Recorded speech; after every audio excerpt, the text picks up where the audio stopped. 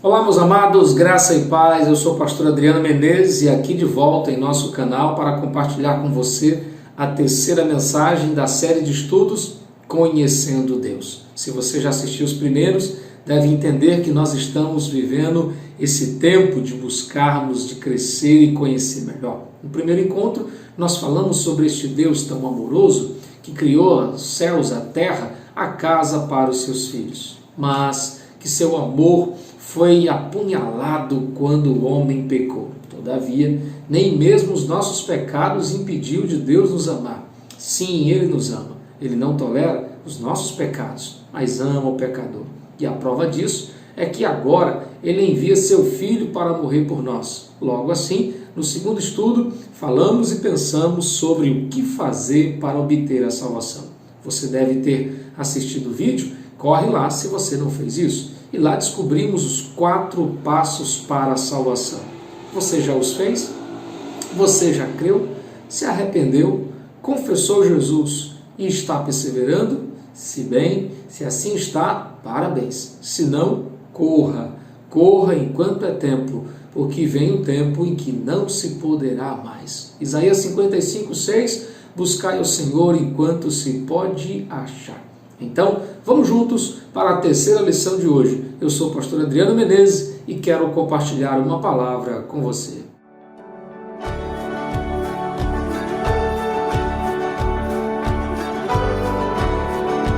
É isso aí. Você que está de volta, você que está conosco, vamos então para a nossa terceira aula. Na aula de hoje, a grande questão a se falar é: pastor, eu já entreguei minha vida a Jesus. Sim, eu confessei como meu Salvador. E agora? Que bom! Que bom que você fez isso e que bom que você está perguntando o que devo fazer. É sobre isso que iremos conversar exatamente. Antes de entrar nos detalhes desse texto, você deve ter uma Bíblia, papel e caneta para anotar as coisas que eu posso te falar. A primeira coisa que você deve pensar é que todos nós somos pecadores. Eu, você, quem crer, quem não crer, quem tem uma Bíblia, quem não tem, quem vai para a igreja, quem não vai. Todos somos pecadores. Paulo escreve isso ao falar aos Romanos, no capítulo 3, no versículo 23, ele diz: porque todos pecaram e carentes estão da glória de Deus. Uma versão mais forte diz: e demitidos. Isso é forte, né? Demitidos estão da presença de Deus. Logo, se todos nós pecamos, todos nós estamos numa condição tanto complicada.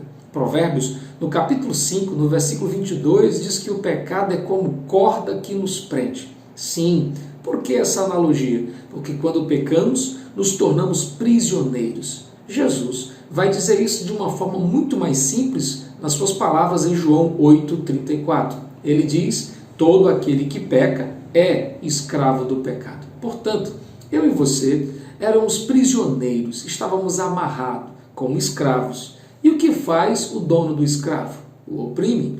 O que faz o dono do escravo? O coloca debaixo de um jugo pesado e depois o vende, o coloca numa situação. Imagine agora um mercador de escravos vendendo as nossas almas. Quem pagará por elas? Você então diz: qualquer pessoa poderia comprar. Não. Em Salmos 49, versículo 8, diz que o valor de uma alma, o valor de um irmão, é um valor caríssimo. Quem poderá pagar? Quanto custa a sua alma? Você já parou para pensar nisso? Pois bem, o valor de sua alma é um valor inestimável. E por quê? Porque quando Deus te fez, Ele fez com o melhor dele. Sim, Ele disse: haja luz, houve luz. Ele disse: haja terra, houve terra. Mas quando fez você, Ele modelou. Ele pegou com as mãos e depois soprou sobre você. Isso fala que o seu valor está além das questões humanas. Dinheiro não paga a sua alma. Está além do valor terreno. Seu valor é muito caro. E Salmos está perguntando: quem pode comprar uma alma? A expressão teológica é quem pode redimir. A palavra redimir ou resgatar era o termo usado quando alguém vendia um escravo no mercado e alguém dizia: eu compro. Então ele foi redimido, foi resgatado daquela escravidão. Pois bem, é por isso que Jesus veio ao mundo. para pagar o preço da nossa alma. E sabe então qual é o preço da alma? Pedro vai escrever isso na sua primeira carta, no capítulo 1, dizendo, pelos versículos 18, não foi com ouro, não foi com prata, não foi com coisas corruptíveis que vocês foram resgatados da vossa vã maneira de viver. Sabe quanto custa a sua alma? A vida de um inocente. É mais ou menos assim. O seu filho, aquela criança recém-nascida que você tanto ama, pura e perfeita, a vida dela pela vida de um alcoólatra, a vida dela pela vida de um bêbado, de um viciado, de um prostituto, de um mentiroso, você daria? Eu também não. Mas Deus deu. Ele deu seu Filho puro e perfeito. Portanto, a morte de Jesus não é, como diz uma canção, uma de herói. Não, não. É um amor incomparável.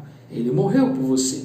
Ele morreu por mim. A sua morte era o preço pago. Por isso, está escrito em Romanos 6,23, o salário do pecado é a morte. Ele pagou esse salário. Ele pagou isso para mim e para você, para que assim nos redimisse da culpa, nos redimisse da escravidão em que eu e você vivíamos. É por isso que muitas das vezes alguém vai dizer assim, eu tenho tentado deixar meu vício, mas não consigo. E é verdade, porque o escravo não faz o que quer. O escravo é servo daquilo que o escraviza. Mas Jesus vem e paga o preço da nossa alma, nos colocando numa condição de salvação. Agora, é preciso entender algumas coisas. Que a salvação, ela passa por um processo. Que processo é esse? Você já deve ter lido ou ouvido falar das parábolas de Jesus. E ele conta em Mateus 7, no tão famoso, conhecido Sermão do Monte, que ele fala sobre a porta estreita e o caminho estreito. É interessante observar que duas coisas estão sendo ditas aqui. Porta estreita, caminho estreito. Quando eu entrego minha vida a Jesus, eu estou passando pela porta. Ele mesmo disse em João 10, eu sou a porta. Quem entrar por mim será salvo. Mas depois que eu entro na porta, eu tenho um caminho. Olha que coisa interessante. Eu entreguei minha vida a Jesus. Eu recebi, mas eu tenho uma caminhada. Eu tenho uma jornada rumo à minha salvação. E é esse caminhar que é a razão desse nosso terceiro estudo. O que eu devo fazer depois que entreguei minha vida a Jesus? Eu vou pontuar para você nesse estudo 3 coisas fundamentais. Nós chamaremos isso de justificação, santificação e glorificação. Porque a caminhada com Jesus passa por esses 3 passos. Justificação. A expressão justificação significa puro, reto, alinhado, íntegro, tornar-se plano. Essa expressão é usada para dizer o estado da minha alma quando eu entrego minha vida a Jesus. E não admire-se disso. Em Romanos, no capítulo 5, há uma expressão no versículo de número 1, Paulo vai dizer, sendo, pois, justificados pela fé. Sim, a salvação começa com esse primeiro ponto. Eu entreguei minha vida a Jesus, Deus me justificou. Deus me perdoou. Deus limpou todas as culpas e mazelas que era contra a minha vida. Ainda, em Romanos 5, lindo esse capítulo. Por favor, o leia. Lá, no versículo de número 8, diz que éramos inimigos de Deus, mas Ele nos reconciliou através da sua morte. Dá para você pensar? Seus pecados te separavam de Deus. Isaías diz que um abismo é, assim, um pecado entre o homem e Deus. Tiago 4, versículo 4, diz que a amizade do mundo, inimizade com Deus. Estávamos assim, afastados. Mas vem Jesus, entra no meio e nos reconcilia. Isso é, Ele nos alinha. E como Ele faz isso? Através da sua morte. E Paulo escreve aos Romanos com muita propriedade. Se pela sua morte fomos reconciliados com Deus, somos agora, pela fé, justificados em Cristo Jesus. Foi esse o texto que desencadeou a reforma, porque descobrimos nesse texto que a justificação não depende de mim, que a justificação não é um mérito meu, é uma ação única e exclusiva de Deus. Em 1 João, no capítulo 1, no versículo 7, as expressões do autor de João é: filhinhos, o sangue de Jesus nos purifica de todo pecado. Você é um pecador, e não importa qual foi o seu pecado, você se arrependeu, você creu, confessou Jesus como Salvador e está caminhando com Ele, parabéns, seus pecados foram perdoados. E quando eu falo de pecados perdoados, eu tenho em mente o que diz o profeta Isaías: Deus os lançou para trás de si. Ele não está com o pecado anotado lá na lista, ele lançou. Toda a culpa que era contra você não existe mais. Romanos, no capítulo 8, diz: agora nenhuma condenação há para os que estão em Cristo Jesus. Você o aceitou? Seus pecados foram perdoados. Sim. Em Lucas capítulo 18, nós encontramos uma parábola fenomenal que remete a essa ideia. Nós temos dois homens. Um é fariseu, ou seja, envolvido com a lei, uma pessoa religiosa. O outro é um publicano, um cobrador de impostos que era tido como ladrão. E os dois agora estão orando. O primeiro ora dizendo assim: meu Deus, aqui estou diante de ti. Tenho sido fiel nas minhas orações, nas minhas esmolas. Sempre de contínuo dou as minhas ofertas e os meus dízimos. Jejum, estou aqui a orar 3 vezes ao dia. Mas o outro orava assim: Senhor, tem misericórdia de mim, que sou um pecador. E não levantava nem a cabeça de tão envergonhado. Jesus então faz uma pergunta: qual dos dois saiu justificado? O fariseu fazia assim porque acreditava que seria perdoado pelas obras. Eu pago minhas esmolas, eu levo as minhas ofertas, eu faço isso, eu faço aquilo. Ah, ele não sabia. Ele não sabia que a balança de Deus diz que a nossa justiça não passa de um trapo de imundícia aos olhos de Deus. O mais perfeito dos homens não passa na balança de Deus, porque a nossa justiça é falha. Então, olhando para o outro que orou, ele é arrependido, diz: tem misericórdia de mim. E sabe o que Jesus disse? Esse foi para casa justificado. O que atrai a justificação para mim não é as minhas obras, não, é a minha fé no sacrifício de Jesus. Eu reconheço que Ele morreu por mim, eu reconheço o seu sacrifício e agora entrego a Ele a minha vida. Efésios 2,16, Paulo vai dizer que não vem pelas obras para que ninguém se glorie, mas pela fé, porque somos salvos pela graça, e a fé é o caminho que nos conduz a essa graça. Eu creio que sou um pecador, eu creio que Jesus morreu por mim, eu o recebo como meu Salvador. Se você fez isso, instantaneamente seus pecados foram perdoados. Aos olhos de Deus, você está livre. Colossenses capítulo 2 vai dizer que toda cédula, vou usar uma expressão mais nossa, toda promissória que era contra nós, Ele cravou no alto da cruz. E eu acho lindo as expressões de Max Lucado no livro Ele Escolheu os Cravos. Essa é a razão, diz o autor, dele levar sobre as suas mãos as nossas dívidas, nossas falhas, e o prego cravado na mão faz com que o seu sangue escorra pelo papel, assim manchando para sempre, não dando mais condição de alguém cobrar aquilo que era contra nós. Ele pagou a nossa conta. Em Cristo, você é justificado. Que maravilha! Mas ouça, ainda há outras coisas das 3 que eu quero te falar. Você aceitou Jesus instantaneamente. Assim, você foi perdoado. Claro, se seu arrependimento foi sincero. Mas a segunda coisa chama-se santificação. Essa não depende de Deus. Essa depende de você. Porque o primeiro passo que você deu a ir a Jesus, Ele te perdoou. Agora que você está caminhando, você precisa entender o que significa santificação.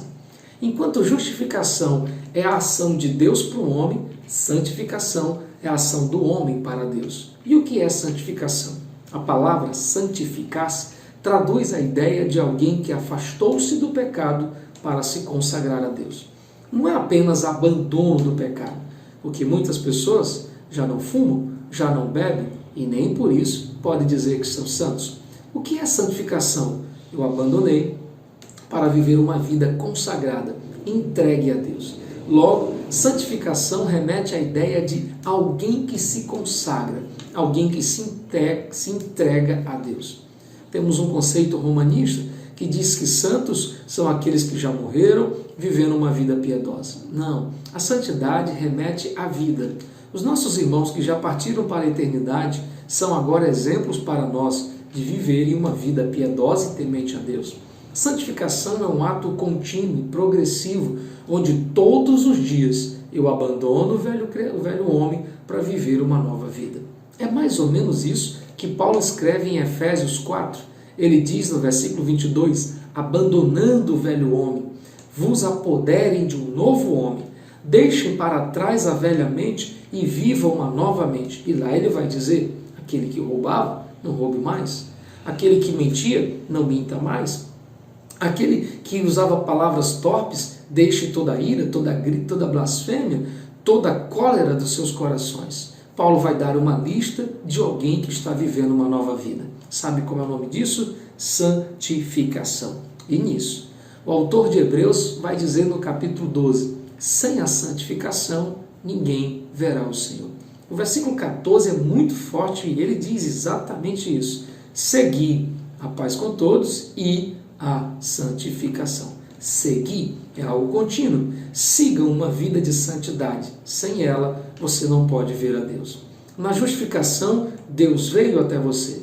Na santificação, você vai até Deus. E como você vai? Por uma vida de renúncia, por uma vida de arrependimento, por uma vida de entrega a Ele. Essa expressão pode ser vista de uma forma muito clara no livro de Gálatas, capítulo 4, versículo 19. Ele diz, até que Cristo seja formado em nós.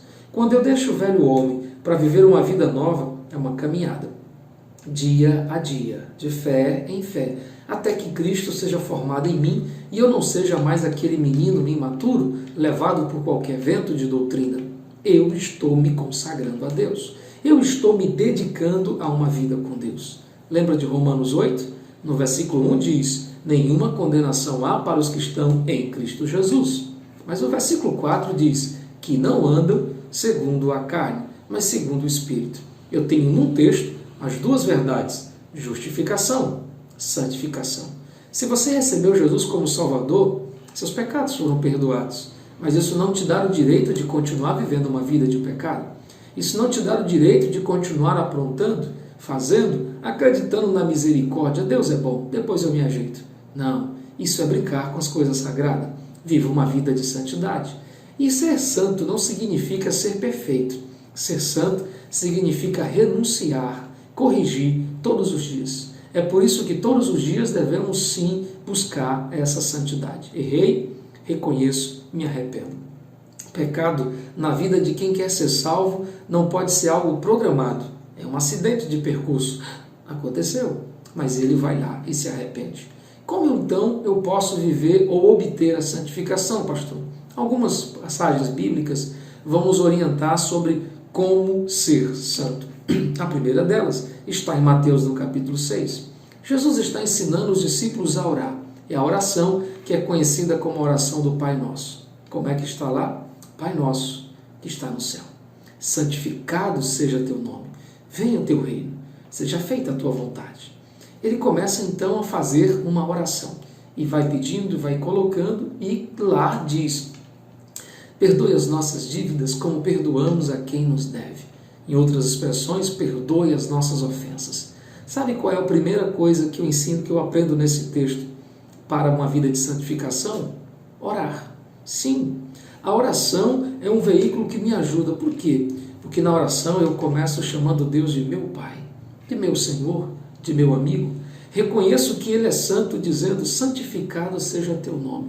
E ali me arrependo em oração, dizendo, perdoe as minhas ofensas. Todo dia você deve pedir perdão a Deus por seus pecados. E a oração é o caminho para isso. Pecados conscientes ou inconscientes. Pecados que aconteceram que você nem percebeu. Um pensamento, uma palavra, uma atitude. Então, se você quer viver uma vida de santidade, a oração é um recurso indispensável. Porque você se aproxima diante de Deus, como aquele pecador que disse, tem misericórdia de mim, que não passo de um pecador. E alcançou a sua misericórdia. Logo, ao olhar para Mateus 6, me vem à mente Salmos 51, quando o salmista, ele peca e ele vai orar. ele vai se colocar diante de Deus e ele diz: não tire de mim o teu espírito, torna a dar-me a alegria da tua salvação. Ó Deus, tem misericórdia de mim. Sim, a oração é um caminho essencial para quem quer viver uma vida de santidade. Agora que estou orando, estou indo a Deus, trazendo Deus a mim, outra coisa me ajudará muito nisso, é a leitura da palavra. Em Salmos de número 109, no verso de número 11, o salmista pergunta como purificará o jovem o seu caminho. Versos 9 a 11. E sabe o que diz? Observando a tua palavra. A expressão observando, na tradução Reina Valera, significa praticando a tua palavra. Então, se eu quero caminhar com Deus, se eu quero viver uma vida de santificação, eu preciso viver o que diz a Bíblia. E como é que eu posso saber o que nela está escrito? Lendo, ouvindo, meditando. Mas há uma distância muito grande entre o que eu leio e o que eu faço, entre o que eu ouvi e o que eu pratico. Se você quer ser santo, a Bíblia não pode ser um livro de cabeceira, deve ser um livro de práticas, de ações. Viva uma vida com Deus. Viva uma vida de santidade, praticando a palavra, vivendo a palavra, não sendo um mero ouvinte. Nela você vai encontrar tudo o que você precisa, todas as orientações. É o manual de Deus para as nossas vidas. Então, viva a palavra, pratique a palavra, porque nela você encontrará o parâmetro dessa caminhada com Deus. Uma vez que você se arrependeu, foi justificado, você está em santidade. O terceiro passo é o que nós chamamos aqui de glorificação. E nisso há uma expressão muito linda em Romanos 8,30. Diz lá: a quem Deus predestinou, chamou, e a quem chamou, a este glorificou. Veja, chamado, envolvendo salvação, perdão dos nossos pecados, e termina isso com glorificação. O que é glorificação? É o convite a obter a plena salvação. Mas isso é assunto do nosso próximo estudo, nessa série de estudos Conhecendo Deus. Guarde essa palavra no coração. Viva, pratique-a. Eu quero encontrar você no céu. Deus abençoe sua vida. Eu sou o pastor Adriano Menezes e que bom poder te ajudar a conhecer mais a Deus. Fique em paz. Até o nosso próximo encontro.